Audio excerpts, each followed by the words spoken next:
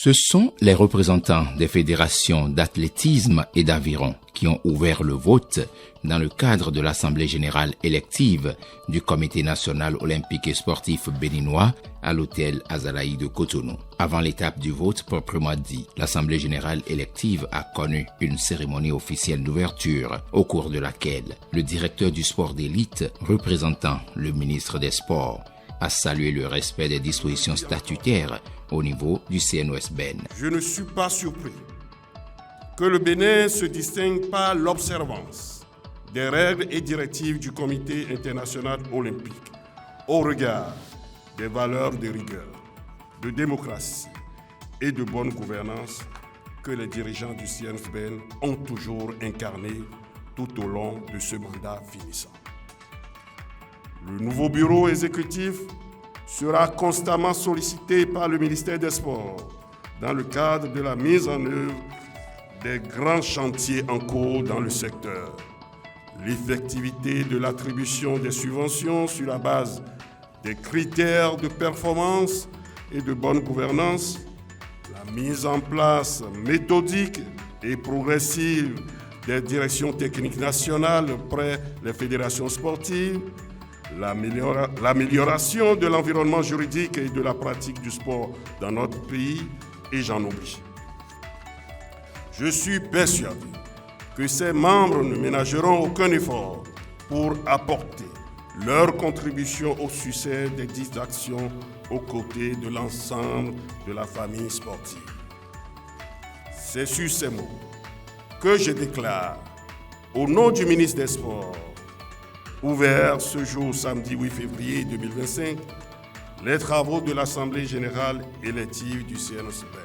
Après la cérémonie d'ouverture, la présidente de la commission électorale indépendante a rappelé le cadre réglementaire de l'organisation de l'Assemblée générale.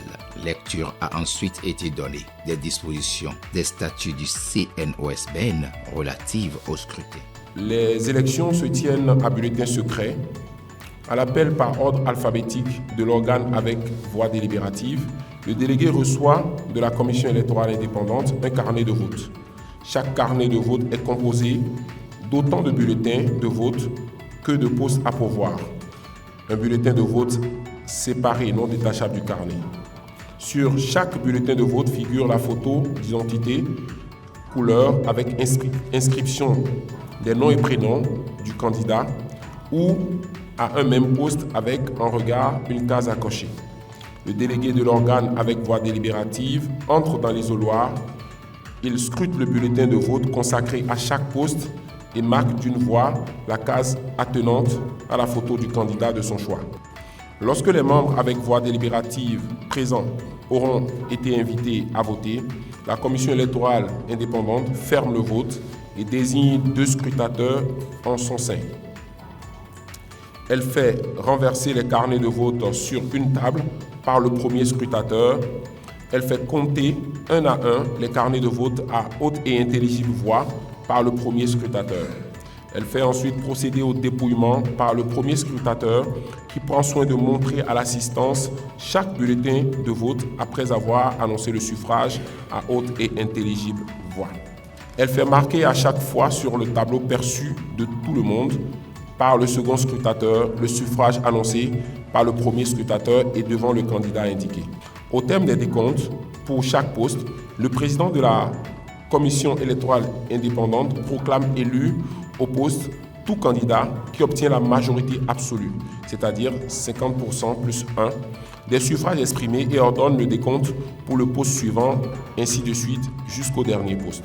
Au terme du processus, un nouveau bureau est élu. Le président sortant, Julien Milanvoa, bénéficie une fois encore de la confiance des délégués. Au poste de vice-président, Célestine Adjaraoum, Aurélien Montonji et Jean-Claude Talon sont élus. Secrétaire général sortant, Fernando Fessou est reconduit pour un nouveau mandat avec comme adjoint Achille Aïou. Esther Odio Agboton conserve son poste de trésorière générale avec comme adjointe Léa Guillaume. Anissé Glito et Judith Aounou sont élus membres. Aussitôt installé dans ses prérogatives, le nouveau bureau, par la voix de son président, Julien Milanvoa, a décliné les priorités de la nouvelle mandature.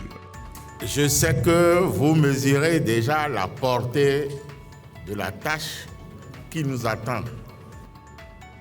Je pense que dès le début de notre action, ce sera une de nos préoccupations autour desquelles nous devrons nous accorder.